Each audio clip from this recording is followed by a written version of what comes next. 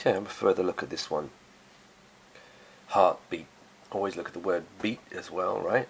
So, why is this so prominent on the front cover of this? Aiden's field. Does it have any relation to the heart, etc., and heart attacks, etc.?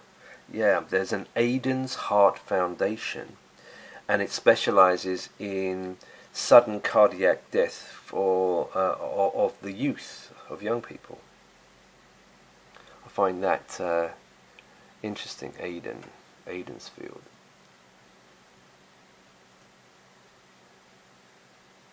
Anyway, names wise, you've got Halle Berry, Chuck Berry, Joan Cusack. Yeah. And then you've got, hold on, this one, Heartbeat, from the studio that brought you House. Well, see, what have I been saying about this symbol that all the athletes have been made to throw up over the last few years? Yeah? The heart. That's it, the bloodied heart. The cardiogram, heart, beat. Right? Well, you know, in a certain thing, everything affects, I've got to be careful what I say, the heartbeat. Faster heartbeat, slower heartbeat. Bradycardia is slow heartbeat.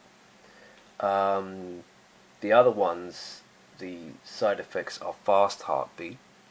And then there's atrial fibrillation of the heart, which is another side effect, which is irregular heartbeat. There's asystole, which is stopping of the heartbeat. In other words, that's death. These are all side effects.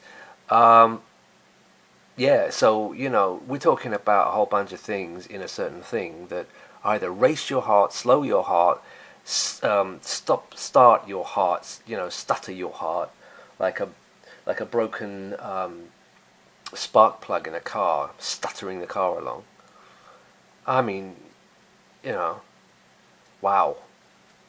Anyway, of course, she's going to have a muzzle. That's normal, right? But hold on. Oh, firstly, you've got, so it says from the producers who brought you the series House, the medical series, right? And of course, he's locked down in his house. Phase 2, but really part 1 of phase 2, the year 2020. And then here's the year 2021, the heart. Love sick. The whole purpose of this year, the part 2 of phase 2. Everything affecting your heartbeat. All these BBC TV series or ABC, ITV, you know, they're all predictive programming.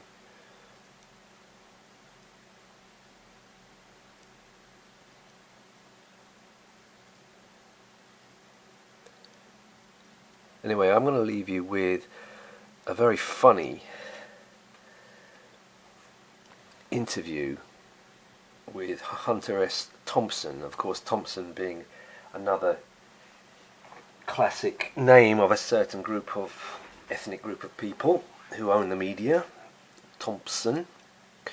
He wrote a book, 1967. This is called Hunter S. Thompson Meets a Hell's Angel, 1967. And he stayed for a year with the Hells Angels, Sonny Barger, etc., and wrote a book about it. And the Hells Angel correctly says here, you know, you just promised us a couple of kegs of beer as a thank you because you're making tons of money off this book, which obviously you did. And he didn't even do that for them. He didn't even come through with that, tight with money, eh? But there's a very funny old story here from the Hells Angels. It's funny. But you had something. Wait a minute, what 2 kegs of beer are you talking about? What are these? 2 kegs that you were going to give us for we've had you in our home, we've fed you, we've given you beer. You didn't pay for nothing when those runs. I don't think you were in my house. A lot of pocket. angels have been in my house and drunk a hell of a lot of beer. Well, sure. So I think it's fairly well. And they still like you. But they don't like what you're doing. Why did they thump him? All right, this man here, you got into a man's personal argument. That's an outright lie. No, I it heard ain't. that this afternoon, and go ahead and tell All us. right, this is my side of what happened. Okay, you weren't there, so why don't you preface it with that? This is what happened. Okay. And you see if this isn't right. Junkie George was beating his old lady. Junkie George? Junkie George? Junkie George.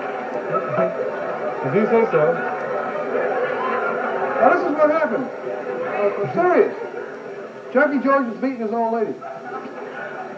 I remember Junkie George's dog. Now listen to this. Junkie George's dog bit him, right? To me, this is a personal feud. If a guy wants to beat his wife and his dog bites him, that's between the three of them, right?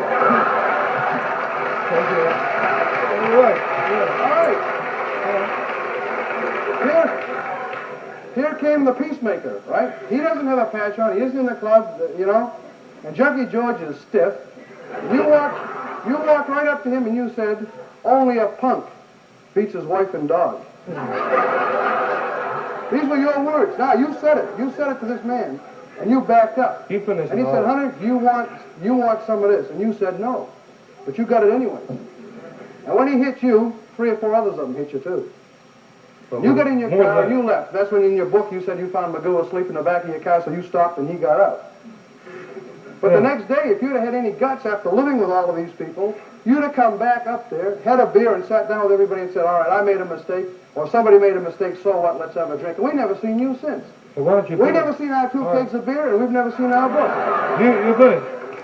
Are you finished? I was talking to Tripp. It was about 3 in the morning, and we were talking about whether my BSA 650 would run with his chopper. And we were kind of comparing, ratios and top speeds and road.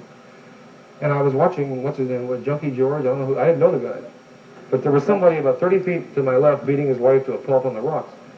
And I thought, well, that's kind of ugly, but that's the way the game's played in this. If he'd been beating her that bad, somebody would have stopped her. Oh no, don't.